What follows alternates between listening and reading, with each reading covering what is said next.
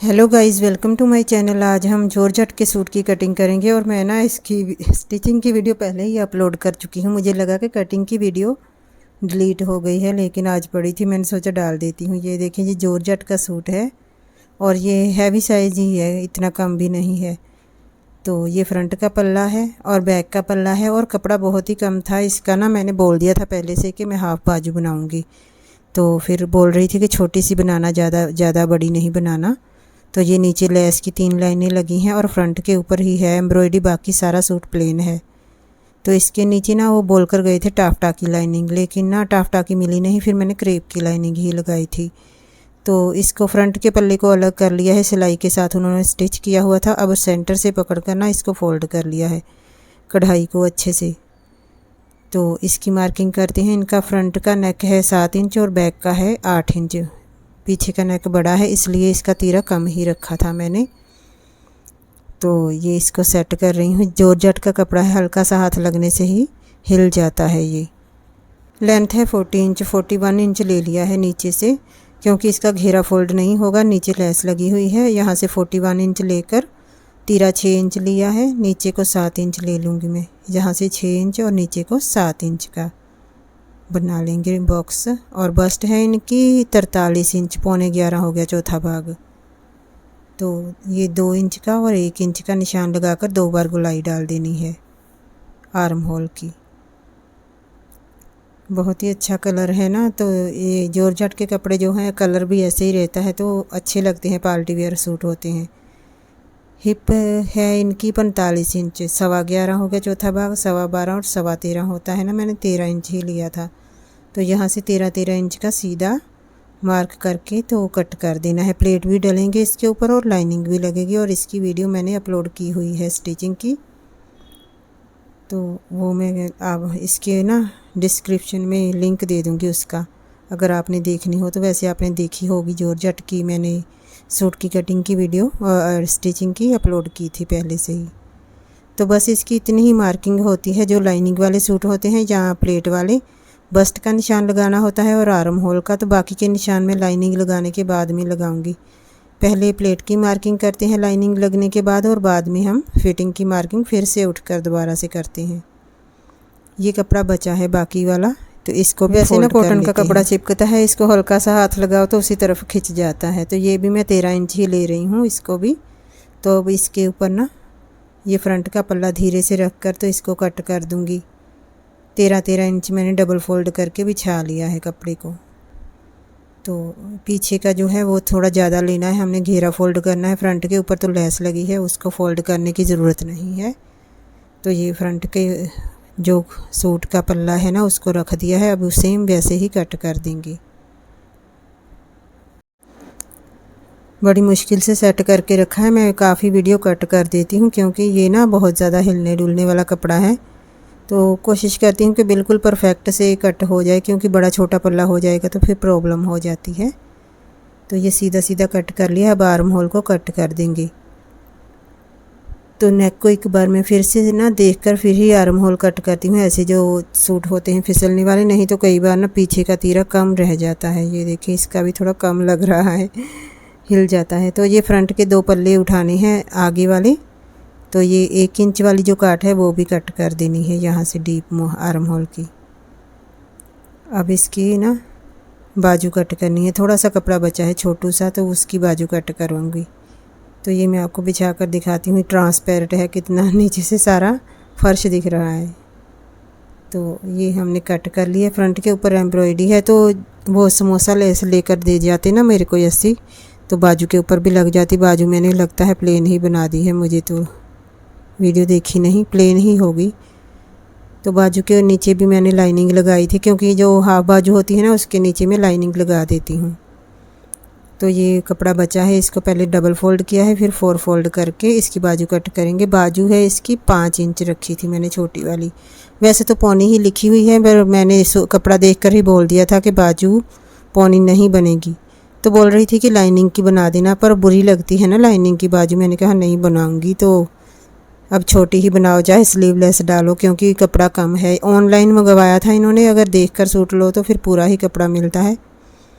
Online तो ऐसे ही मिल जाती हैं। 5 इंच रेडी चाहिए ना तो 7 इंच लिया है मैंने। 7 इंच की मार्किंग करके यहाँ से 3.5 इंच का निशान लगाकर हल्की सी गुलाई डाल दी है। तो मैंने 5 इंच था ना, 5 पर ही निशान लगाया हुआ, अब मैं 7 पर लगाऊंगी। बस दिमाग नहीं काम करता कई बार, तो मैं पूरा ही कट कर देने लगी थी। 5 मुझे दिमाग में रहा कि 5 इंच रेडी चाहिए बाजू, तो 5 ही कट कर रही थी। तो ये नहीं पता कि एक्स्ट्रा मार्जिन होना चाहिए। तो ये हमने बाजू की कटिंग कर दी है। तो हल्की सी यहाँ से काटूँ डालूँगी मैं, जब फिटिंग लगाऊँगी ना तब मैं कर लूँगी। तो इसके साथ में क्रेप की लाइनिंग लेकर आई थी मैं, और ये ना सलवार का कपड़ा है, ये ना कन्नी खिंचती थी इसकी। तो मैंने कन्नी, एक साइड की कन्नी ना बहुत ज़्यादा इकट्ठी हो रही थी, तो फिर जब हम स्टिच करेंगे ना, अम्ब्रेला प्लाजो बनाना है, प्रॉब्लम हो जाती है जब हम इसको तय करके मार्किंग करते हैं। तो एक साइड की कन्नी मैंने कट कर दी है सारे ही। 2.5 मीटर कपड़ा था, इसका बन जाएगा, क्योंकि इसकी ना लेंथ बहुत ही कम है। 33 इंच रेडी चाहिए इनको। अगर 36 या 37 होता तो फिर नहीं बनना था। अब इस कपड़े को डबल फोल्ड करूँगी, फिर 4 फोल्ड करना है। 2.5 मीटर नहीं था इसका, 4 मीटर ही था, क्योंकि लाइनिंग मैंने अलग से लगाई है लाकर। तो लाइनिंग भी ऐसी ही क्रेप की मिली मुझे। तो फिर वो ना आए थे, मैंने पहले ही आ गई, कुछ गेड़ा लगाने कुछ उसको काम था। फिर मैंने दिखाई, मैंने कहा ये देखो लाइनिंग लेके आई हूँ, कहीं बोल ना देना कि मेरे सूट में से ही निकाली है। तो जो लाइनिंग खुद देते हैं ना उनसे मैं 400 लेती हूँ, और अगर लाइनिंग मैं लगाऊँ तो फिर 500 लेती हूँ। तो फिर मैंने उसको अलग से टुकड़ा दिखाया, मैंने कहा ये देख मैं 2 मीटर लाइनिंग लेके आई हूँ बहन, बोलना नहीं कि मेरी ही इस प्लाजो में से निकाल ली है। जैसे हिप है 11.25 इंच चौथा भाग, 45 इंच रेडी चाहिए थी ना, 11.25 हो गई, 12.25 और 13.25 चाहिए थी। मैंने 13 इंच का निशान रफली लगा दिया था। तो फिर ऐसे गुलाई में कन्नी से लेकर गुलाई में निशान लगाना है। एक बार रफली निशान लगा रहे 13 इंच का, फिर ऐसे गुलाई में नाप नाप कर लगाना होता है। तो अब इस लाइन को सीधा कर देना है, ये देखें, मतलब वो रेब में आ जाता है। पहले सीधी लाइन लगाई है, अब गुलाई में लगा दी है मैंने। तो इधर से नाप रही हूँ, तो वहाँ से 13 इंच ही आ रहा था। 13 था, इससे थोड़ा सा ज़्यादा हो गया था। ज़्यादा हो जाए कम ना हो, फिर ना टाइट हो जाता है ऊपर से। हिप का जो चौथा भाग होता है उसमें से 2 इंच 2.5 इंच भी आप एक्स्ट्रा रख सकते हैं, ऐसे रखती हूँ मैं। 33 इंच का पूरा निशान लगाया है मैंने। 33 इंच का, इधर से भी 33 इंच का निशान लगाना है। जितनी लेंथ है ना पूरी लगा रही हूँ, क्योंकि ना ये बढ़ जाता है, रेब में होता है ना। तो नीचे से आधा इंच फोल्ड होगा, उसका कोई बात नहीं, लेकिन मैंने पूरी ही लगाई है लेंथ इसकी। थोड़ा सा ऊंचा ही सही रहता है, ज़्यादा भी हम बना लें ना इसको बड़ा, फिर पैरों में आता रहता है तो बड़ी परेशानी होती है चलने में। मेरे पास एक है प्लाज़ो, तो फिर मैं सोच रही हूँ अभी उसको कट करके ना थोड़ा ऊंचा कर लूँ। बड़ी परेशानी होती है, क्योंकि नीचे ज़मीन के ऊपर लगता है, फिर मैला हो जाता है, इसलिए थोड़ा सा ऊंचा ही अच्छा है। तो ये पूरे 33 इंच का ही निशान लगाया था मैंने, एक्स्ट्रा नहीं लिया है मार्जिन कुछ भी। अब ये 2 तय जो है ना उसके ऊपर कपड़ा लगाना पड़ेगा, बैक साइड के ऊपर आ जाता है ये पीछे की तरफ। यहाँ से आसन भी ऐसे ही ले लेनी है। हिप का चौथा भाग उसमें 2 इंच प्लस करके 13.25 इंच आ रहा था, 11.25 इंच चौथा भाग हो रहा है। हिप का 45 इंच हिप है ना, तो वैसे मैं ऊपर की साइड पर एक्स्ट्रा बेल्ट डालूँगी इसके ऊपर। तो ये हमारे प्लाज़ो की कटिंग हो गई है। अब हमने 2 तय ऊपर लगाना है कपड़ा, कन्नी वाली साइड ही लगा लूँगी, फिर ना इंटरलॉक का कोई पंगा नहीं रहता है। ये कन्नी वाली साइड को उठाकर आधा इंच ऊपर चढ़ाकर रख दिया है। तो अब इसके ऊपर ना निशान लगाऊंगी, क्योंकि नीचे ट्रांसपेरेंट नहीं है, दिख नहीं रहा कि 33 इंच कहाँ पर आएगा। तो अब इंची टेप से दोबारा से मार्किंग करूँगी मैं।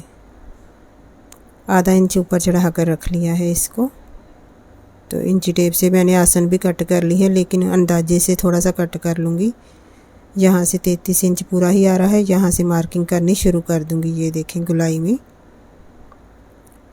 33 इंच, आधा इंच नीचे फोल्ड होगा, फिर भी काफ़ी लंबा हो जाता है। यहाँ से 33 इंच का निशान लगाकर तो कट कर लेना है। ये अम्ब्रेला प्लाज़ो हो जाएगा हमारा। और इसके ऊपर मैं अलग से बेल्ट डालूंगी, क्योंकि लास्टिक भी तो डालनी है ना हमको। लास्टिक के लिए तो 2 इंच कपड़ा चाहिए ही, 2-2.5 इंच।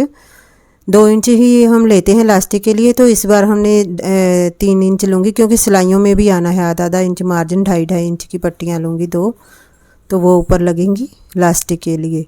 तो ये पूरी लेंथ है हमारी 33 इंच जो रेडी चाहिए हमको। तो ऊपर बेल्ट के लिए अलग से डालना पड़ेगा जो लास्टिक डलेगी इसके अंदर।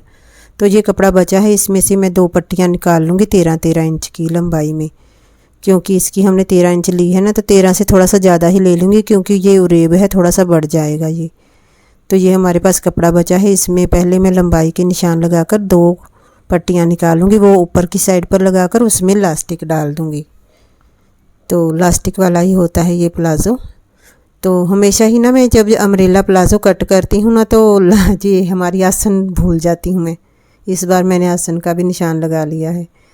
तो ये 3 इंच लंबी है और 14-14 इंच लिया था मैंने, 1 इंच एक्स्ट्रा ही ले लिया था क्योंकि ये रेब है तो ये बढ़ जाएगी, तो जब पट्टियाँ लगाएंगे तो कम ना हो जाएं, पट्टियाँ छोटी ना पड़ जाएं। ये दोनों पट्टियाँ कट करके इसको ऊपर की साइड पर लगाऊंगी बेल्ट की तरह लास्टिक के लिए। वीडियो अच्छी लगी हो तो लाइक कर देना। Thanks for watching.